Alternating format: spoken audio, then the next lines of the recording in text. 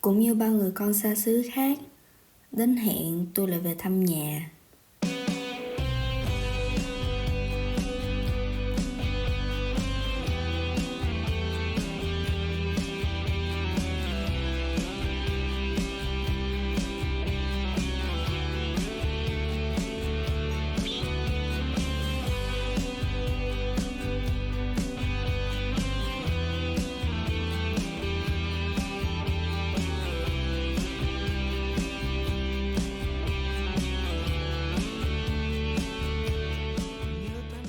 Lần này về Việt Nam, thực sự tôi cũng không biết phải đặt kỳ vọng gì trong chuyến đi này hết á.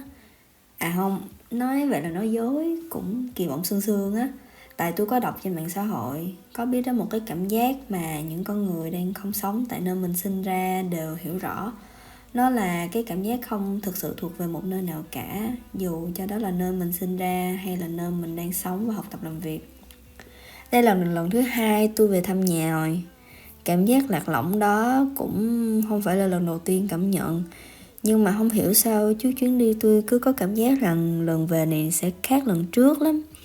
Và đúng là nó khác thiệt. Không phải khác vì nó hoàn toàn trái ngược với lần trước nha. Mà khác là vì một, ít hay nhiều tôi cũng là con người khác so với tôi của một năm trước. Và hai là chính vì cái con người mới này của tôi nên mọi cảm xúc trải nghiệm đều được phóng đại hơn so với quá khứ. Trừu tượng quá ha, để tôi giải thích kỹ thêm nè. Có một cái nghịch lý là càng đứng xa, bạn càng thấy rõ mọi thứ xung quanh bạn. Một năm xa nhà, tôi thấy rõ sợi tóc bạc của ba mẹ tôi hơn. Thấy thằng em vắng chị nó tự khắc nó trưởng thành độc lập hơn. Thấy rõ hơn rằng là dù cho tôi vẫn nhớ hết từng cái ngóc ngách của cái thành phố này nơi tôi sinh ra, thì tôi cũng đồng thời đang dần trở thành một du khách ở trên chính nơi này.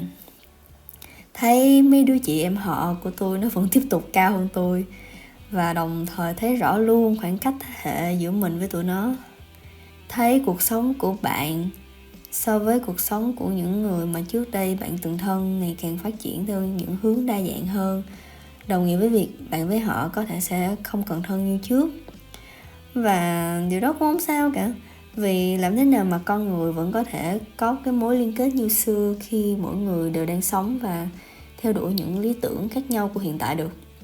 Miễn sao là bạn vẫn luôn ý thức và chấp nhận được rằng là có thể cái kết nối đó sẽ không còn chất lượng như xưa nữa, nhưng mà không có nghĩa rằng những gì chúng ta từng có là vô nghĩa. À, nhưng mà có một thứ tôi thấy rất rõ là nó không thay đổi nha. Là mấy con mèo nhà tôi nó vẫn múp như vậy. Nó vẫn sống vui vẻ an nhiên theo cái cách riêng của tụi nó. Nhắc tới thú cưng thì chuyến đi này tôi đã phải chứng kiến một người rất thân thiết với tôi mất đi một người thân của họ. Người thân đó là một bạn cún đã gắn bó với họ một khoảng thời gian rất là dài.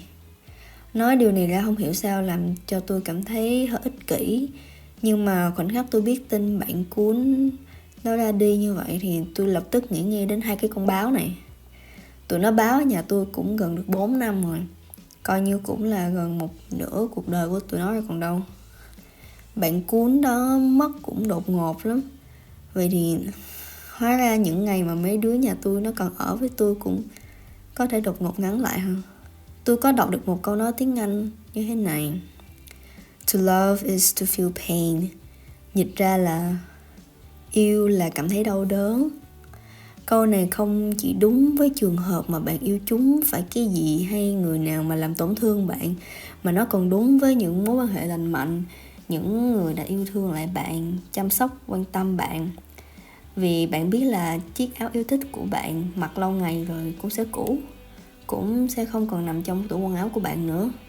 Cũng giống như ai rồi cũng sẽ rời xa thế giới này. Thú cưng cũng không phải ngoại lệ, đặc biệt là khi tuổi thọ của tụi nó còn ngắn hơn bạn gấp nhiều lần.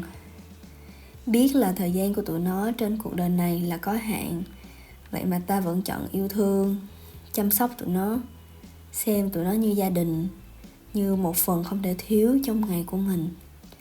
Chẳng phải ta chịu đau đớn vậy vào những phút chót, chỉ để đổi lại một khoảng thời gian mà ta mong là dài hết mức, có thể với tụi nó, để đổi lại cái sự kết nối vượt khỏi ranh giới giữa hai giống loài khác nhau, để đổi lại những tháng ngày trao cho tụi nó một cuộc sống vui vẻ, bình an và hạnh phúc nhất. Tình người hóa ra cũng y chang vậy. Lời tạm biệt thực sự là một thứ gì đó rất là khó khăn với tôi, vì vốn dĩ tôi rất là ghét sự thay đổi, và tôi ghét phải xa những người tôi yêu thương. Mà đây cũng chẳng phải lần đầu tiên tôi trải nghiệm điều này, nhưng mà không hiểu sao nó vẫn dai dứt. Thậm chí tôi nghĩ rằng những lần tạm biệt về sau của tôi nó sẽ còn khó hơn những lần đầu nữa, vì mình đã biết trước rằng nó sẽ buồn. Nhưng mà tôi cảm thấy biết ơn vì đã có những người xuất hiện trong cuộc đời tôi, trò chuyện với tôi, làm tôi cười, làm tôi khóc, quan tâm đến tôi, hiểu tôi, chân thành với tôi. Để rồi khi cảm thấy buồn vì phải nói lời chia tay thì tôi hiểu rằng đó là vì mình đã có những khoảng thời gian rất đẹp bên nhau. Không ai là không muốn kéo dài mãi mãi những kỷ niệm đẹp cả, nhưng mà phải chăng những kỷ niệm ấy đẹp là vì chúng không kéo dài mãi mãi? Không gì là tồn tại mãi. Tôi nghĩ điều này cũng đúng, nhưng mà cũng không đúng lắm. Đúng là ngày vui sẽ tàn, ngày buồn rồi cũng sẽ qua, ai rồi cũng phải thay đổi, cũng phải chết đi. Nhưng những gì đã xảy ra trong cuộc đời ta, những con người bước vào cuộc đời ta, dấu ấn họ để lại, kỷ niệm họ cùng xây dựng với ta, dẫu xấu hay đẹp thì những thứ đó chắc chắn sẽ theo ta mãi, ít nhất là cho đến khi ta không còn ở trên cuộc đời này nữa. Và với một đời người, chẳng phải bấy nhiêu đó đã là mãi mãi rồi sao?